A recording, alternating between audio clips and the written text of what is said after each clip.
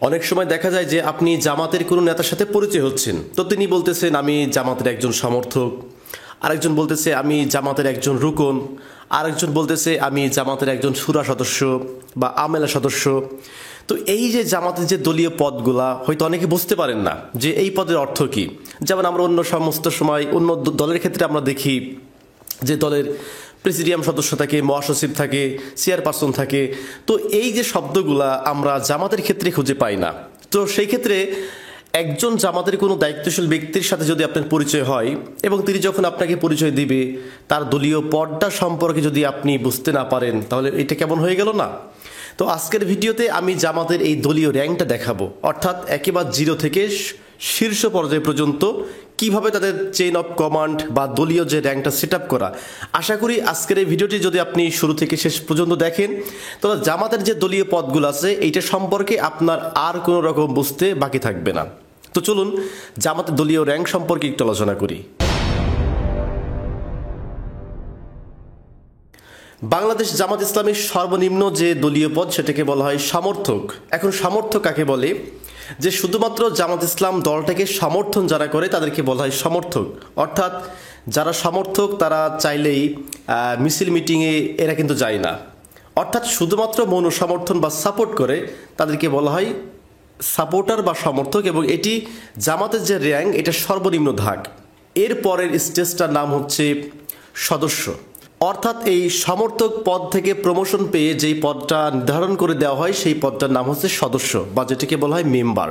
এরপরে তিনি যেই পদটাতে আসবেন সেই পদটার নাম হচ্ছে রুকন।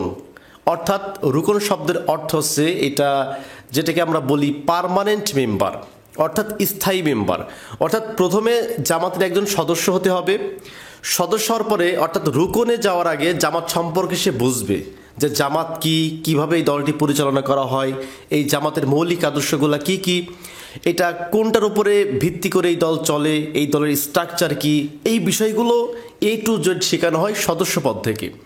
এরপর সদস্য লেভেলটা যখন সে অতিক্রম করে এরপর তাকে দেওয়া হয় রুকন, অর্থাৎ তিনি একজন পার্মানেন্ট মেম্বার, যেটাকে বলা হয় রুকন শব্দের আরবি শব্দের অর্থ হচ্ছে ভিত্তি, একটা স্তম্ভকে বলা হয় রুকন। আর ইংরেজিতে এটাকে বলা হয় পার্মানেন্ট মেম্বার, অর্থাৎ স্থায়ী সদস্যকে বলা হয় রুকন। আশা করি এখন থেকে যদি আপনি জামাতের কোনো রুকনকে দেখেন, যদি কেউ বলে যে ইনি একজন জামাতের রুকন, তাহলে আপনি বুঝবেন যে ওই ব্যক্তি হচ্ছে জামাতের স্থায়ী সদস্য বা পার্মানেন্ট মেম্বার।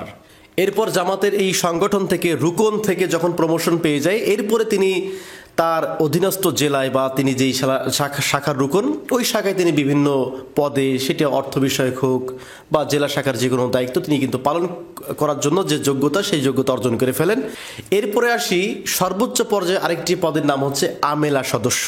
আপনারা অনেকেই দেখবেন যে পোস্টারিংয়ের ক্ষেত্রে লেখা থাকে যে আমেলা সদস্য, বা অনেকে পরিচয় দেওয়ার ক্ষেত্রে বলে এখন বক্তব্য রাখবেন জামাতের আমেলা সদস্য।